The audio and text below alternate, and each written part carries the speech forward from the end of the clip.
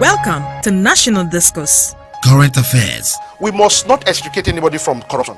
If any one of them is found wanting, the due course and the law must take its course. Nation building. Administration is slightly different from the last one in the fight against corruption. We need to really task our leaders, who are the religious leaders, from the emir, from the bishops, from whoever they can. Some of our village markets, there are people, they call them in Hausa yang nakama. They are like agberu in the markets. Whatever anything is not useful to you is not important to you. Politics. What happened in Benue might be political. It still has an undertone, not political, dated way back. If you follow history.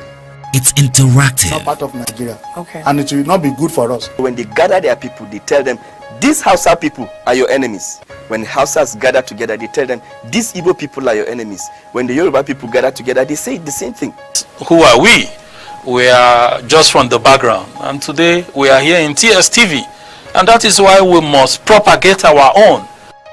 National Discourse, weekdays on NCTV.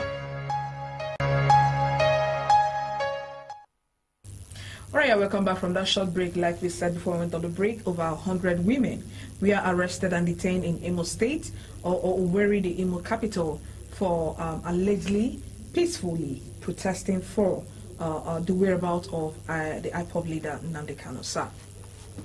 Yes. Now, it was a peaceful protest. That's what it is. Good. So I'll just allow you to give us an insight into what really happened. Well, the women supposedly are IPOB members, and they went into the streets to demonstrate peacefully, asking for the whereabouts of Nnamdi Kanu, the IPOB leader, who currently nobody knows where he is. His whereabouts. And nobody's telling anybody anything. And unfortunately, this is where one of our problem lies, which is in the policing of the nation. You know, 112 women were headed into detention. And as far as people like us are concerned, it calls for a lot of concern. If in a democracy,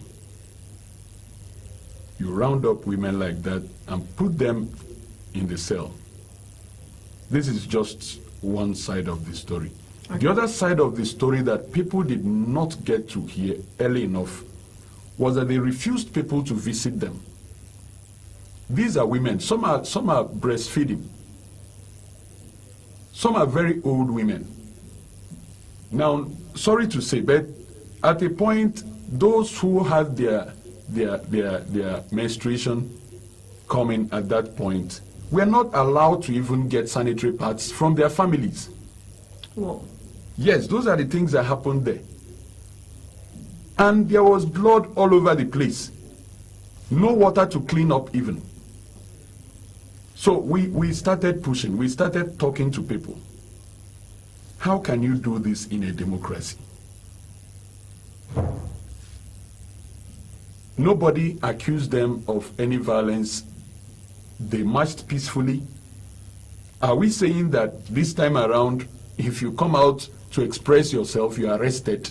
Okay, I just want to take us back to section 39 and section 40 of the Nigerian Constitution as amended, 1999 of course, that gave rise, or that has this backing on peaceful assembly. Yes. You understand? And of course pushes for peaceful protest.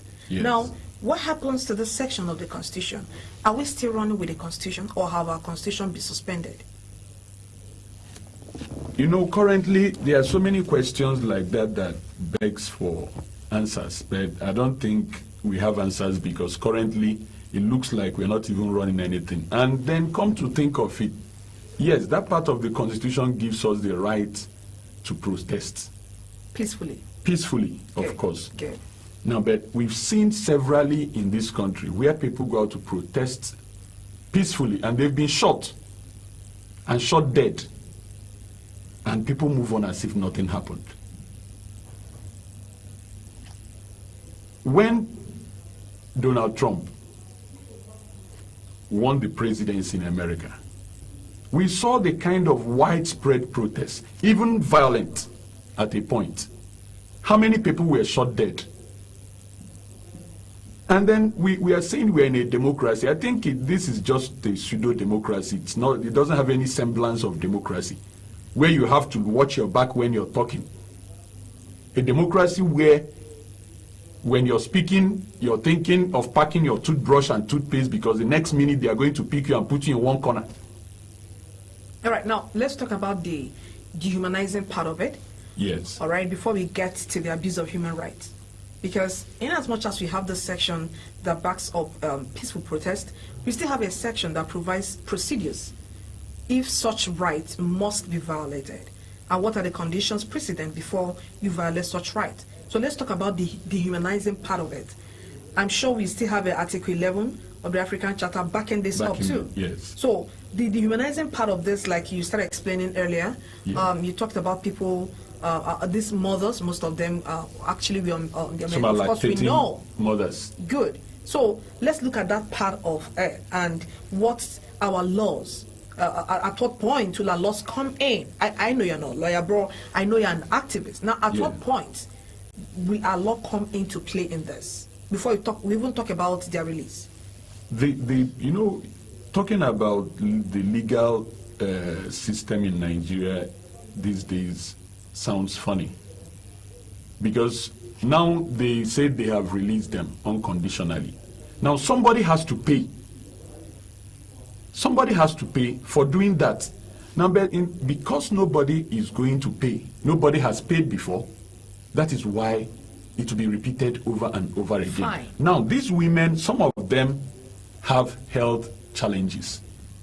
They were not allowed their drugs. Okay. Those who were menstruating were not allowed to have sanitary pads. Generally, there was no water for them. People came there with buckets of water. People came with sanitary pads. People came with food. They were turned back. And then the language is order from above. I don't know where that above is. Okay, now let's get it from the background now. Who gave a directive for this arrest?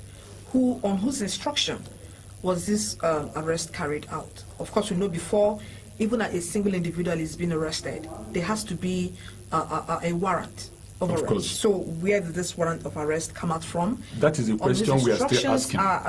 Were they able to act on? That is the question we are still asking, because it seems the Imo State government is also acting surprised. In his state? Yes. Seems they are still acting surprised. How? When? Who?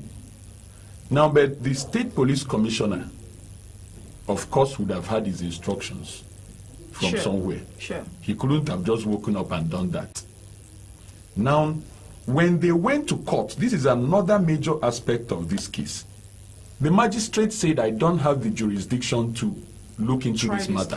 Why do you now adjourn the case to September 3rd and send them back to prison? If you don't have jurisdiction, why do you send them back to prison? To bring them back on September 3rd. Is that when the jurisdiction will grow from the ground? You see, that's why I said when you're talking about the legal system and how it is run in this country, it's so sad, because the things that we used to know are no more the way they used to be. So are you alleging or are you suspecting some foul play around the judiciary? Certainly. It looks like somebody is muzzling somebody somewhere so that they can put pressure on some people somewhere. Meanwhile, as this is going on, a Python dance part 3 is being cooked somewhere for a region that has no crisis. The Southeast has no crisis as we speak. So why are you cooking up another Python dance?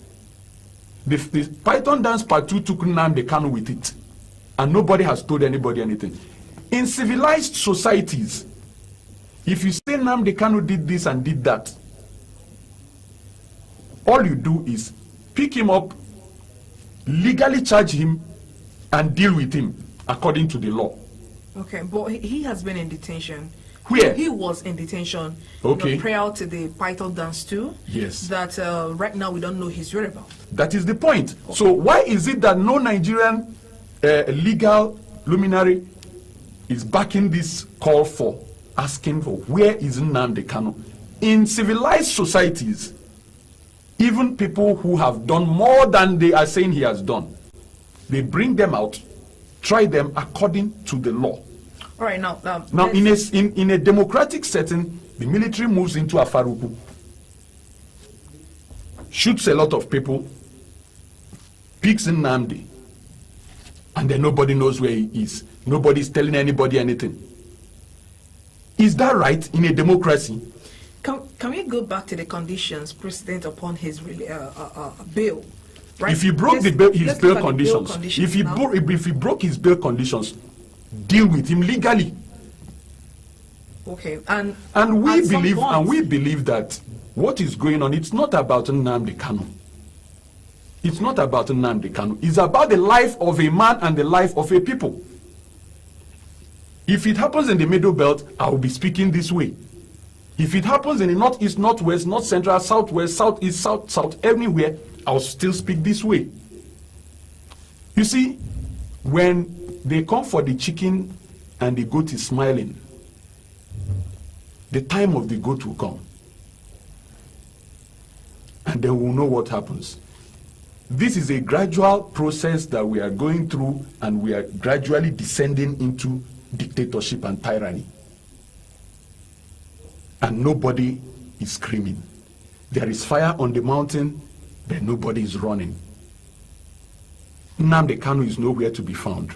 El Zakzaki is nowhere to be. You see, I wonder when Nigerians will start asking the right questions. See, 112 mothers. Where we come from, we respect women. Sure.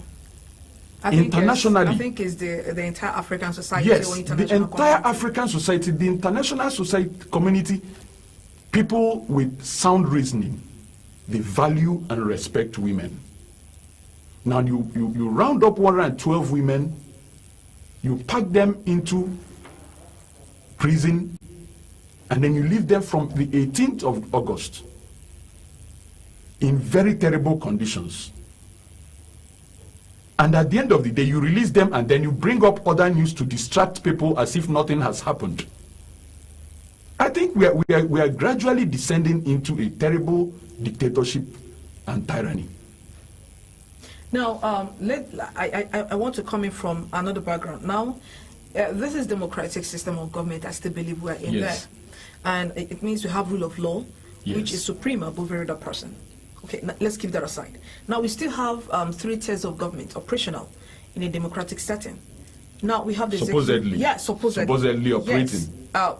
I wouldn't know that, but I'm saying that these are structures put in place for a democracy to run. This is just a democratic setup, and these are the parameters for a democracy kind of system of government to operate. Yeah. Now, we have the executive, you have the judiciary, and you have the legislature. Now, in a matter like this, that till now, I want to believe Nigerians don't know where the order was issued from. This is coming from the executive part, because definitely the order have to come from somewhere. Somewhere. Good. Now, what happens to the legislative arm of government in the state? This happened in Imo State and Owerri, the capital of Imo State. What happened to the legislative arm of the government there? What has been the reactions ever since this incident took place? Okay, this is a state that the governor himself has made very caustic statements against the group that the women are associated with. Okay. And now, you ask yourself, when the head is bad, what happens to the body? We've seen people walk into the National Assembly in Abuja and take the miss right under the nose of security operatives. And what has happened? Practically nothing. You've seen senators legislators have been barred from going into the chambers. It has happened right before our very eyes. What has happened? You see, I keep saying it. We need to be very, very careful. 2019 is around the corner and everybody is looking up to God. But we need to do what we should be doing as humans. First, we should be asking the right questions now if we want 2019 to go the way we are all praying it should go. In Imo State, a market was demolished some time back. A young boy was killed in the process. What has happened? In Imo State, police took 112 women, sent them to a magistrate court that said, I don't have jurisdiction. And from the 18th till now, what has been the position of the governor himself, who has a mother and who has a wife in his house, and who has daughters? You see, sometimes when you throw a stone into the marketplace, you don't know where it's going to land. And with what has happened to our women, if they can do this to women, that should tell you what has been happening to the young men on the streets of Imo State. Now, is this particular with Imo State? No, it is not particular with Imo State. Is it particular with the Southeast? Yes, it is particular with the Southeast. So no other region experiences this? I can bet you, take a transport by road now and move down to the Southeast. From Abuja to the Southeast. The Southeast has been militarized for no good reason. According to international assessments, the Southeast is the most stable place in this country. And then you load military people into the Southeast and fill up every place. What kind of intimidation is this? We have a very calm society in the Southeast. We believe in dialogue a lot in the Southeast. There has not been any kind of violence on a massive scale in the Southeast. And then you leave areas where there's massive, large-scale violence, and then you move military into the Southeast like they are planning to do a part 3. Is it fair? All right, that question is...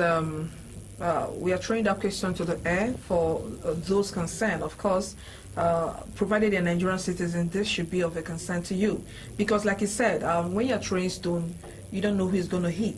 Now, if you laugh over this, or you are cool with what is happening, down there in the Southeast, you might never know whose turn is going to be the next. But before that, we'll go for a short break. And when we come back, we'll be looking at section 45 of the Nigerian Constitution. We told you that 39 and 40 supports peaceful protest and of course peaceful assembly. Now 45 is giving you the condition upon which these rights should be violated. Please stay with us. We'll be back.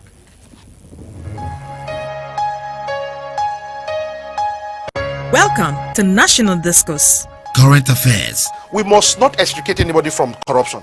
If any one of them is found wanting, the due course and the law must take its course. Nation building. Administration is slightly different from the last one in the fight against corruption. We need to really task our leaders, who are the religious leaders, from the emir, from the bishops, from whoever they can. Some of our village markets, there are people, they call them in house like Nakama. They are like Agberu in the markets. Whatever anything is not useful to you is not important to you. Politics. What happened in Benue might be political. It still has an undertone, not political, dated way back. If you follow history.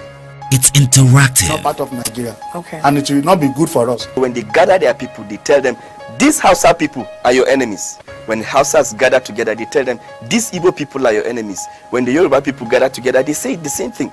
Who are we? we are just from the background, and today we are here in TSTV, and that is why we must propagate our own. National Discourse, weekdays on NCTV. All right, so welcome back from that short break. We are still dealing with Section 39, Section 40, and coming down to Section 45 of the Nigerian Constitution as amended, of course, 1999. Now, sir, like you said, 3940 supports peaceful assembly, protest, and then 45 is telling you that before you violate such rights, now these are fundamental human rights that a citizen or every citizen of Nigeria, enjoys. Now, before you violate such rights, there must be a state of emergency declared before such rights can be violated. So, was there anything like that, done in Imo State? There's nothing like that. This is a recurrent thing in the southeast. They wake up one morning and they decide to move into Onitsha and pick people up. It's been happening. What's the basis for that? Like, there is no basis? There is no basis, and that is what we are talking about. If we are really running a democratic system, that's why when you spoke about having the three arms of government operating and all that, you now see that they've made a mess of the whole system. Now the executive decides what happens and passes it down.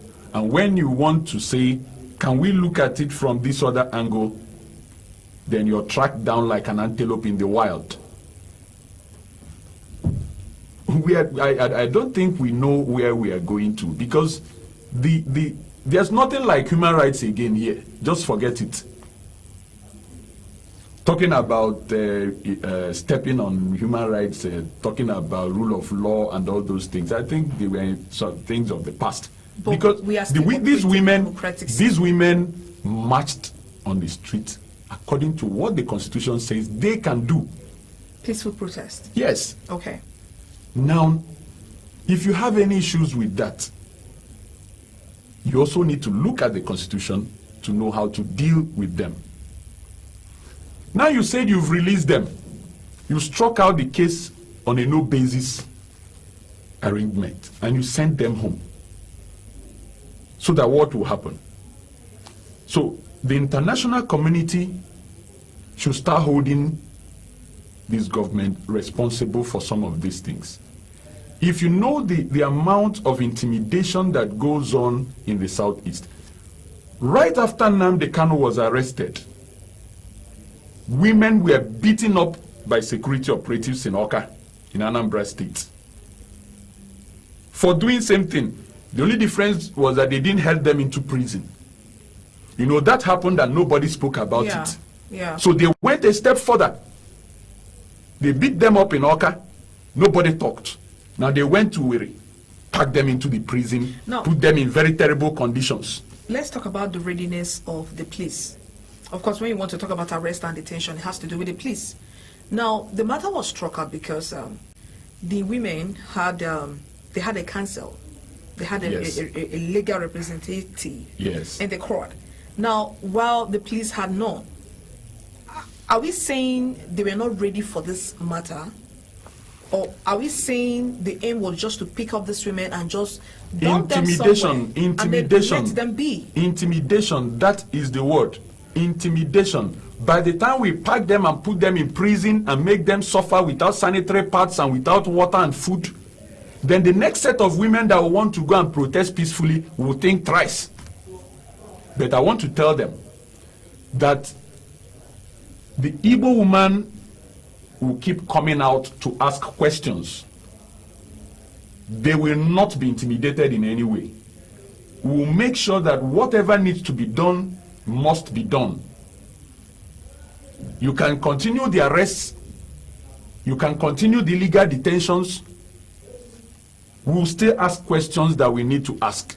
If everybody keeps quiet in the situation we have in Nigeria now, let me tell you, they will go beyond the southeast, and by the time you know it, everybody is intimidated. And then we have another round of dictatorship, and then we need the international community to come down here and start saving us. So we need to start saving ourselves now. I just hope that is not calling for aggressive self-defense? No. What we are saying is that we'll keep doing peaceful protests. Okay, that is the word, peaceful. Yes. Okay. We've never done anything violent. Check the Southeast, check the records. Those people who were killed, even when IPOB was having their street protest, they didn't have sticks nor stones. You understand? The world is watching. Amnesty International, yes, Amnesty International. So much reactions. From yes, Amnesty International condemned the killing of those people in Aba.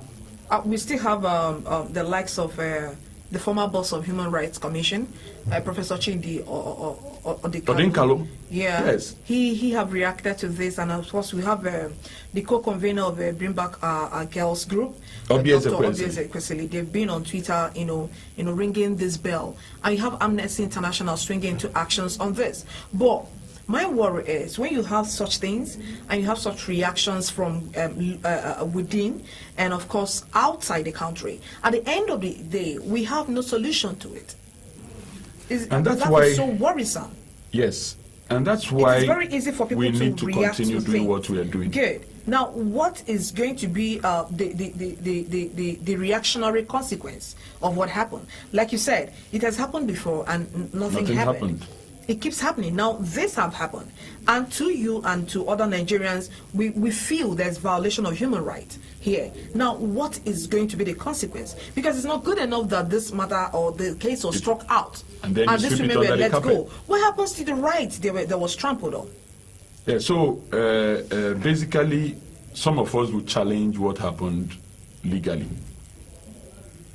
Yes, you don't take 112 women, put them into one corner, treat them like animals, and then you tell them go home, planning to capture another 300 tomorrow. No, we'll ask questions. We need to know who gave the order. What was the process that was followed? The magistrate who said, I don't have jurisdiction. The next issue, that let them go. If they don't have any issues, let them go. I'm not telling me I don't have jurisdiction, but let them be put back in prison until September 3rd. You see, that's why I said the legal system needs to be looked at again. Now, policing needs serious cleansing.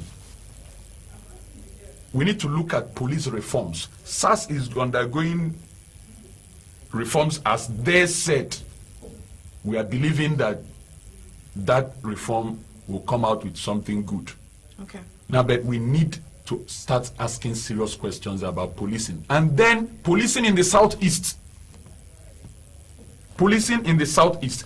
In the Southeast today, every 5-10 poles, you see a checkpoint of a combined team of police and military. Does that affect the peaceful nature of the people of Southeast? How does that affect the It affects normal them. lifestyle? It's a psychological warfare. It's a psychological intimidation process. You know, they want you to believe that we are watching over you like hawks. And this is a peaceful region. So why? Can somebody tell me what is going on? You know, everywhere you go, you see people with 10 faces and huge guns around you.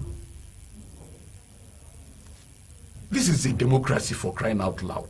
The police is there to do their job. I don't know why each time something happens like this, people will not ask the relevant questions. And like I keep saying, people from other sections of this country need to wake up and start asking questions. They have militarized the Southeast today. I'm sure it will be another region tomorrow. We know what is going on up there in the Northeast. The number of military they are moving down to the Southeast, I know if they move it over there, things would have been better. Fulani headsmen are killing people all over the place. Can't they move the military to those places and confront these Fulani headsmen? How many of them have been prosecuted? How many of these Fulani headsmen who have been killing people have been arrested and prosecuted conclusively?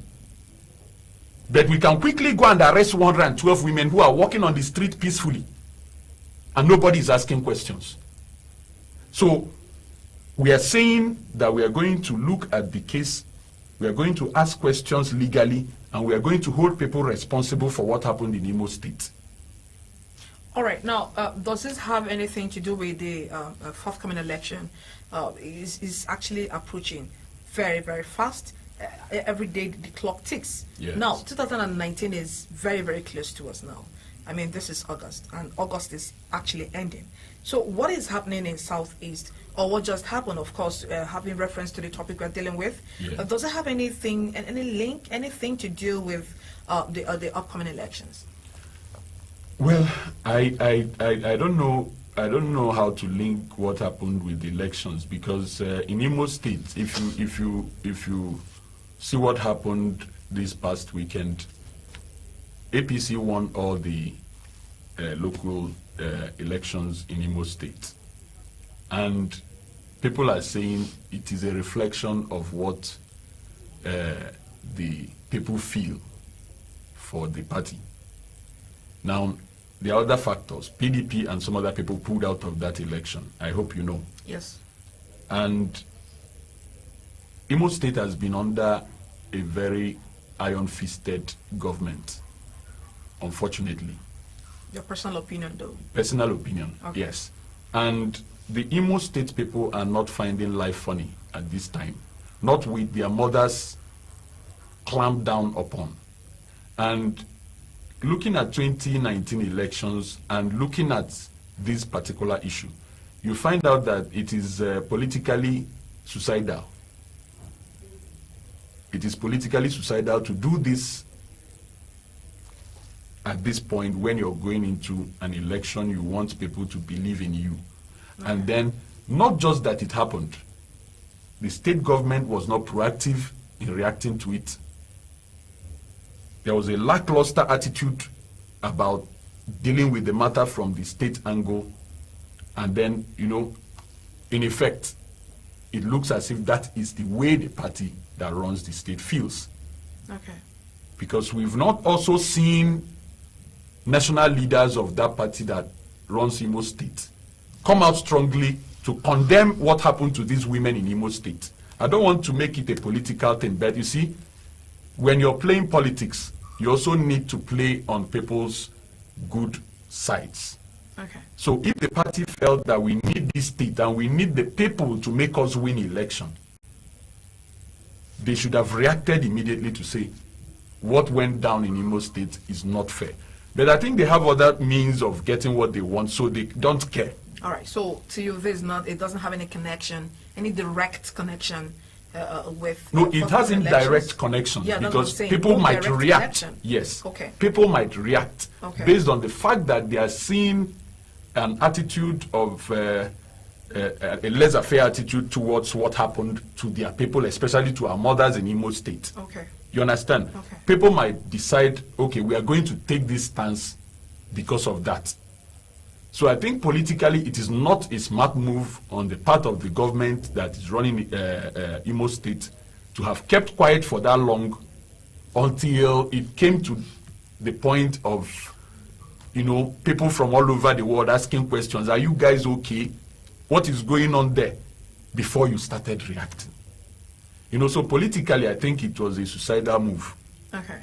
That is, if it ever had any connection to yes. it, or if part of the intent was towards politics. Now, let's look at the larger society.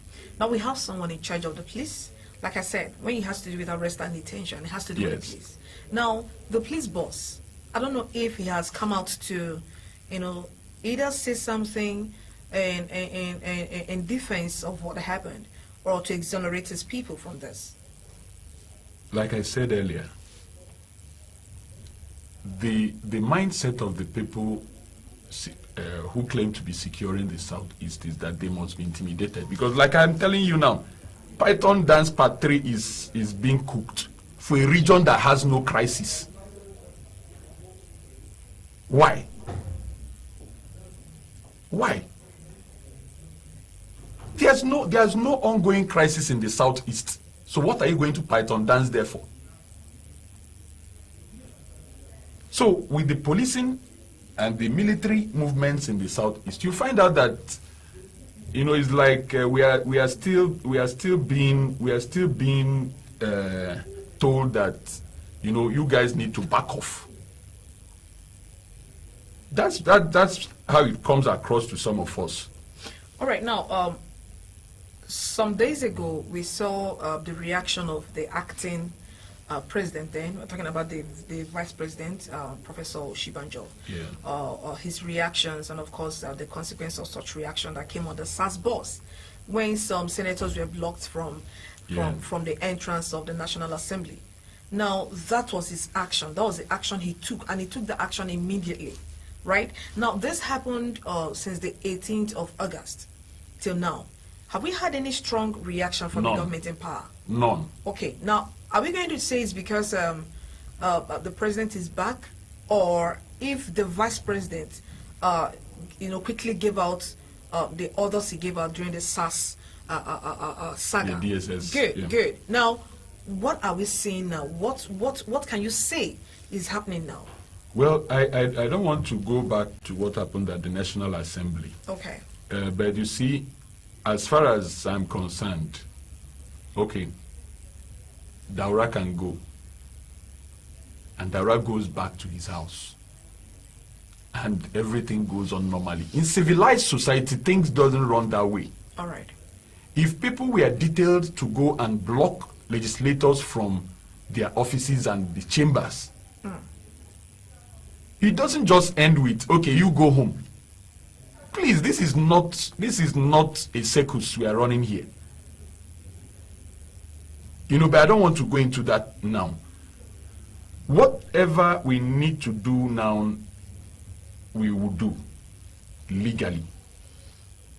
Now, we are saying legally because that is the only option left to us according to the law. Now, but let me finish. Okay. So, if the government in power today feels that nobody in Imo State has to answer questions for such actions taken against our mothers in Imo State, the only thing we can do, we don't do speculations. I won't start speculating because Buhari is back and Oshibanjo is not there, and I don't know how they operate in the offices over there. So what we'll do is to do what we have to do, which is ask legal questions. And then when we ask legal questions and we don't get answers, we'll still put it out in the public domain. We'll still make the international community know that this is what is going on. We've been chronicling details of what has been going on in the Southeast. We've been sending reports, video reports and written reports and audio reports and interviews and all that, evidences and documentations on what has been going down in the Southeast. We'll keep doing that. That is what we'll be doing. One day, I believe, something will be done. People are watching. At least, it took Amnesty a very long time before they started talking about the intimidation and the murders in the Southeast. People went into a primary school where individuals were praying and clapping and singing songs. And you shot 100 and something of them, as if you're shooting animals. That was just one incident. Now, there were a series of such incidents before that time, which such records have been sent to international organizations for them to see what is going down in the Southeast. We'll keep doing that. If there's any need for us to ask questions, we'll ask questions. Like, I want to also ask, please, I want to know, where is Nnamdi Kanu? That question should be directed to... Yes, I want to know, where is Nnamdi Kanu? Some of us really want to know. Those that it concerns. Some of us really want to know where Nnamdi Kanu is. If he has committed any offense, please bring him out, dock him, and try him. But taking him out and nobody gets to hear anything and nobody is telling anybody anything, please, Nigerians, please. It is highly unfair. If it happens to anybody anywhere in the world, I'm sure there would have been an uproar. We know the dilemma issue when it came up. We've heard about a lot of human rights violations across the world. And I also want to ask, the Rohingya people are facing theirs there, and it is collecting a lot of international attention. A lot more of us have been killed in the Southeast. I wonder why people are still sleeping. Amnesty, I thank them very much for the efforts they are putting in currently You know, I want other organizations to also wake up and start asking relevant questions. We are being intimidated on a daily basis, and the arrest of 112 of our mothers and the treatment they got is not what people should sleep over. If they can do this to women, imagine what they are doing to young men on the streets of the Southeast. If this can happen to lactating mothers, elderly women, pregnant women, and then there's something that happened. Shortly before their release, they started running a pregnancy test for the woman. Please, I want to know, what kind of insult and intimidation is this? Why do you need to run pregnancy tests for the women? Was the intimidation not enough? Could we look at the reasons behind that?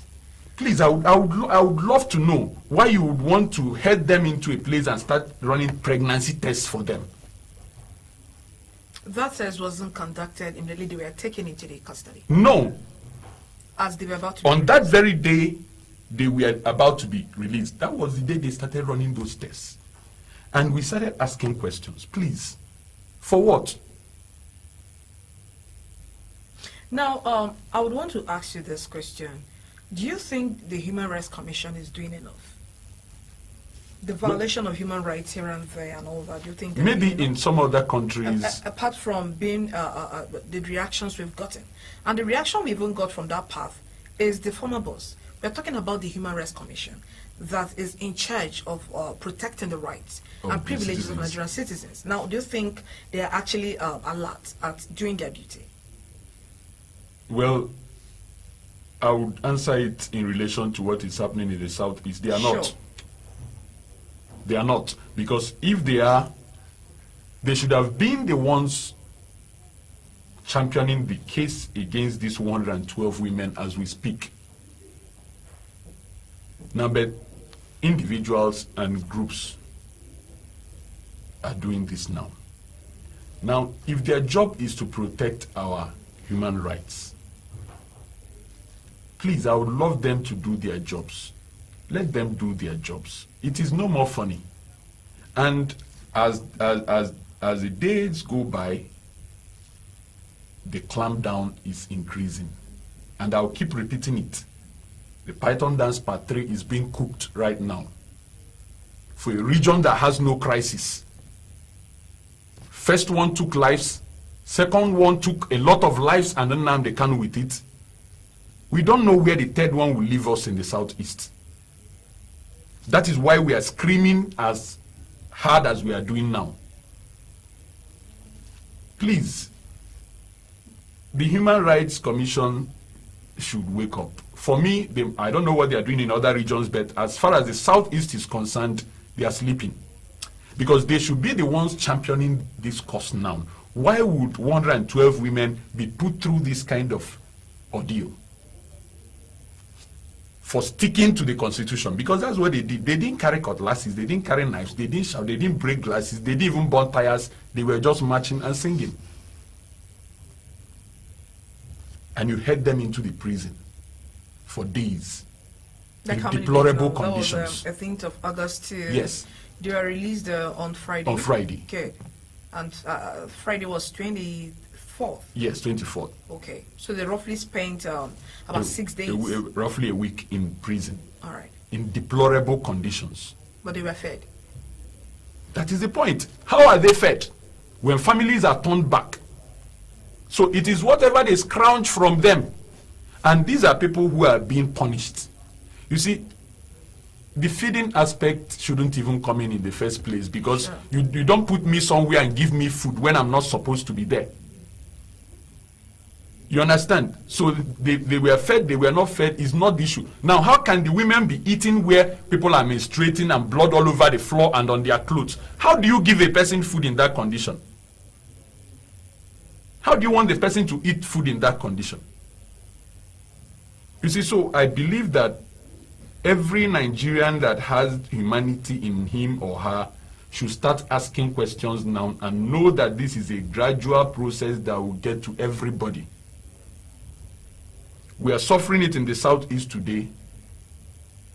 But trust me, when they finish with the chicken, they'll go to the goat. When they finish with the goat, they'll go to the cow. Nobody should think he's safe.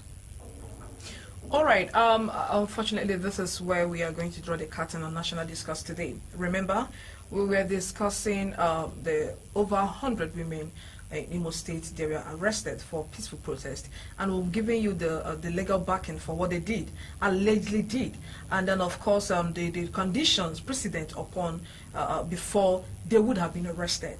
And then we've had him in the studio, give us more insight on and tell us more, or give us details into what has happened. And of course, we are looking at the clampdown, the systematic clampdown on the fundamental human rights of Nigerians, as allegedly happened in Imo State. And of course, he has said his part, and we are calling on Nigerians, or calling on the those who it may be concerned with, to swing into actions to make sure that those who are behind this are probably brought to book, or to ask questions, legal questions, like he said, like what are the reasons why this happened? Is it supposed to happen, and all that? And as a person, I still believe in a Nigerian legal system.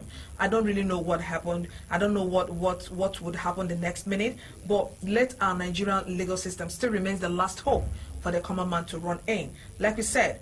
And then going forward, our PVCs, we should not forget. We should all go out there and get our PVCs. If you think there's something wrong that you need to put right, you can't do that with your words of mouth. You can't do that with even protest. You can't do that with being aggrieved over it. You have a tool in your hand, fundamental tool in your hand that you're going to use to make some changes if you think things are not right. And that's what PVC still runs till December. So you go out there and make sure that you get enrolled and get your PVC. Until then, we'll know whether we'll make some changes, which would come from you. So thank you very much, sir, for coming to us. Thank you very much. And of course, we'll meet you again same time tomorrow for another exciting episode. For the people of Imo State and for those women, our heartfelt sympathy to you for what happened. But we know that international community will not keep quiet, and we also know that the Nigerian government probably will swing into actions too soon to find out what happened. From me, say goodbye. Thank you for watching.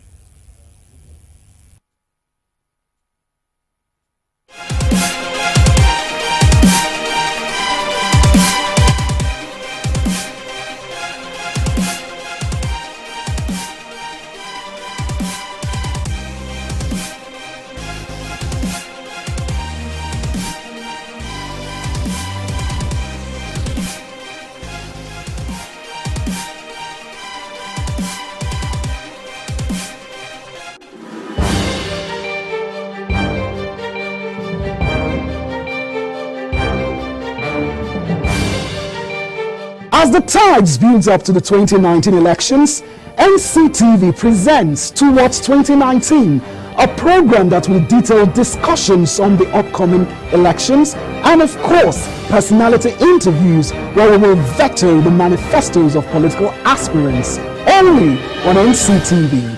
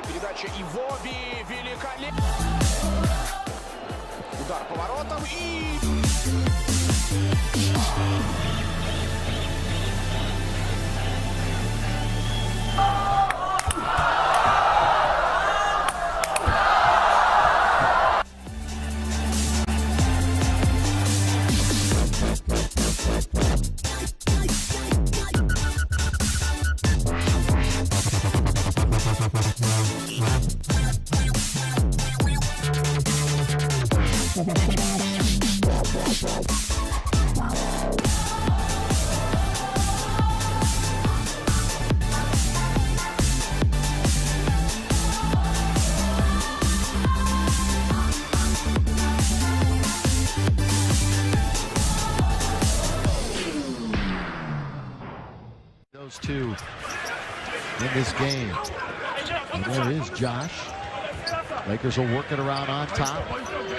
Kuzma turns, fires. This is Portis gets fouled. Carl's camera showed that play by Kuzma. Catch from Clarkson and just turn and fire. Nothing but bottom. What one way, it makes it easier for me defensively. The weave on top.